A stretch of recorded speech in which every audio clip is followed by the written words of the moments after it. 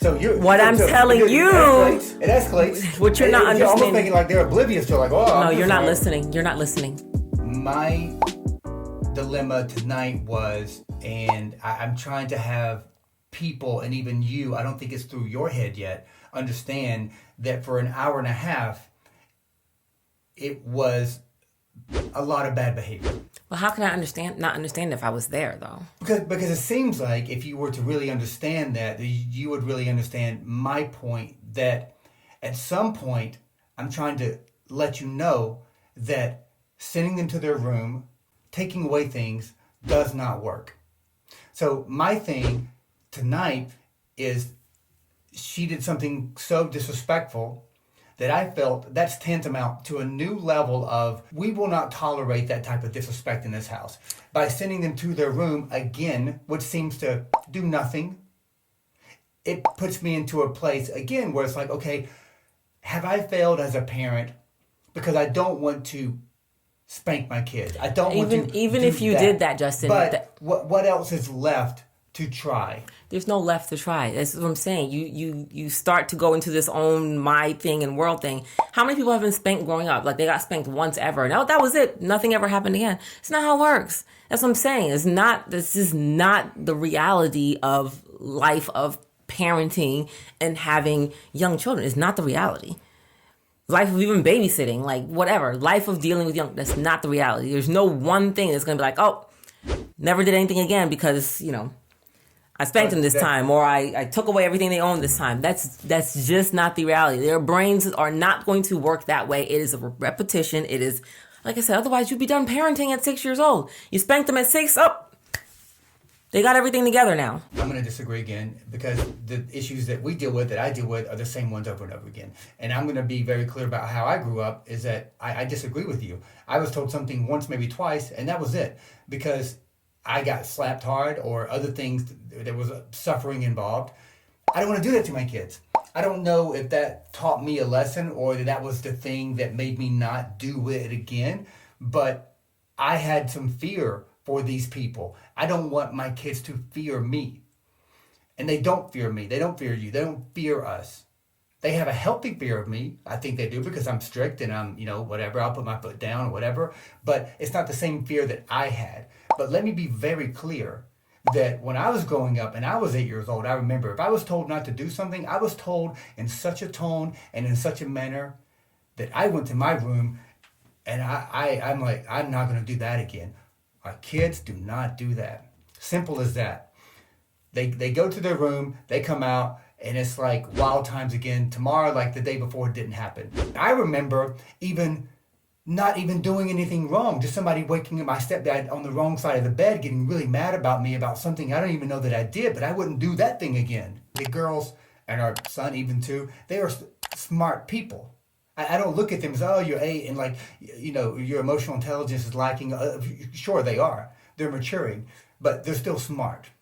So how can you say, in the same sense of saying, do that same thing again? What she did is not something that she's ever done. It's again, not even trying. I hate to talk about it in that way, but the way you're making it seem is like, well, she should have known better. Absolutely, she should have known better. What I'm saying is there's also poor problem solving and poor decision making in that process. But I'm not you can't. Okay, but I'm not even talking about that. I'm talking about you take right before that. Stop putting dice upside down. Justin, and I understand that. So what I'm saying, the same things we keep saying. But what I'm saying to you, Justin, is you address those things as those things.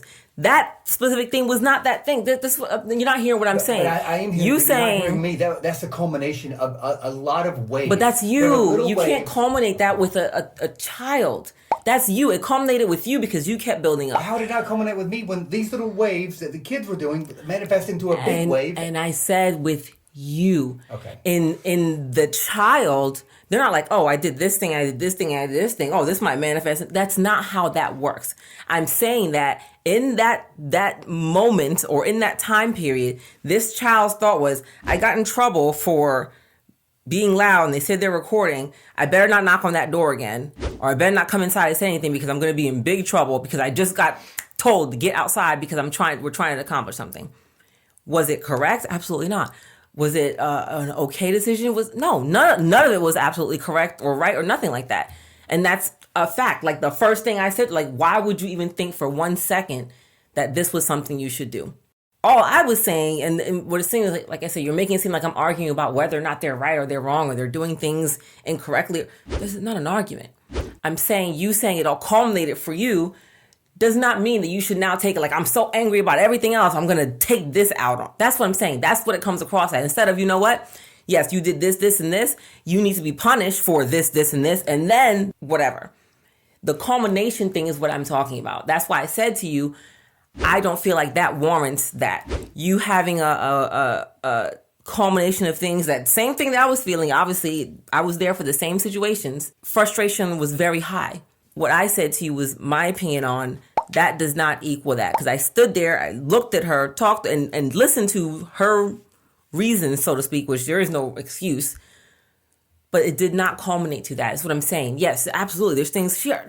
And you didn't even stick around to even understand everything that I was trying to accomplish. Like, she cleaned up that whole kitchen by herself. The dishes, put away everybody's food, everything by herself. Tomorrow, she's not doing anything but cleaning her room and reading a book. So what I'm saying is, absolutely, there should be punishment. Like, why I feel like you're making it seem like, oh, there's an excuse. It's okay. It's totally, like, that's not even what happened at all. So. Okay, that's great. Whatever. And once again, guys, I went on a walk because I just wanted to clear my head and I wanted my space and I wanted to think about things. It still doesn't solve the issue. If they don't understand the culmination of events that what? Then we're not doing a good job of letting you know that all of these little things, when you get in trouble, these are times you need to stop and say, whoa, I'm in trouble again. I don't want to get in trouble again. That's not good. They don't do that.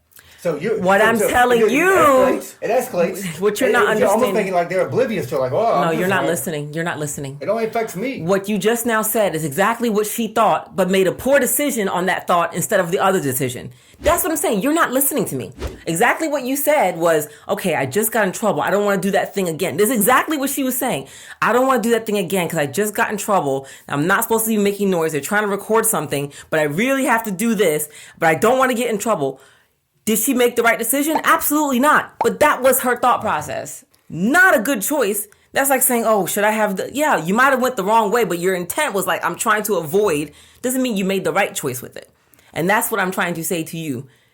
It wasn't like she was like, oh, I don't care. Made the wrong choice. Very bad choice. Stupid choice. But a choice in trying to think of how do I not get in trouble. So what I'm saying is the problem solving was very poor. Yeah. Very poor in that situation. Like, just horrible.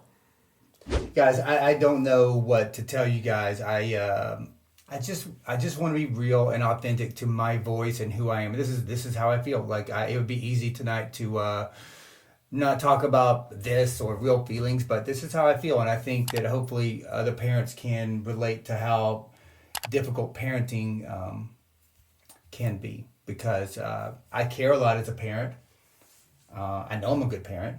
But sometimes I question, am I not strict enough? When should you spank your kids? What is the right discipline? How hard can you be on an 8-year-old and still understand that they are 8 and they do lack emotional maturity? Do you want your kids to fear you in a healthy way? Like, all these different things.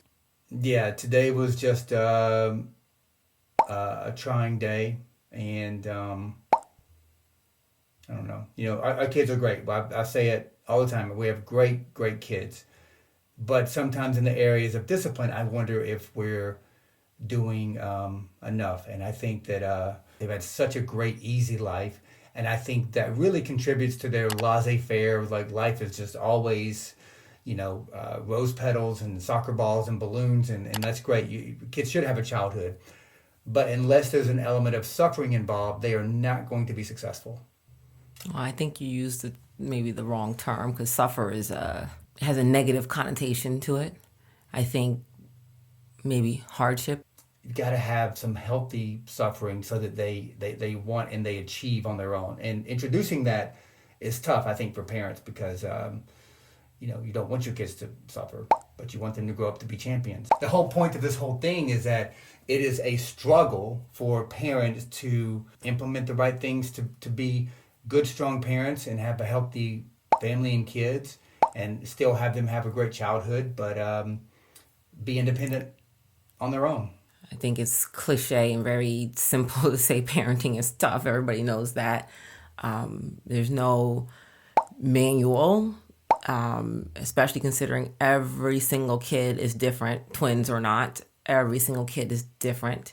And trying to, I don't want to say even adjust, but learn what forms of communication gets through or works better with each of your own children is even a thing. Like, honestly, I believe that. I don't think you can, not necessarily punish, but I don't think you can communicate exactly the same to each child. Some learn, that's what I want to use, some learn better in different ways, even within your household.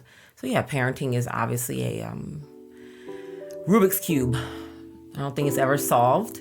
So guys, I don't know if I've gained more fans or lost, because some people may not like the tone, but I just believe in being real. That's it. So anyhow, let's end it on that.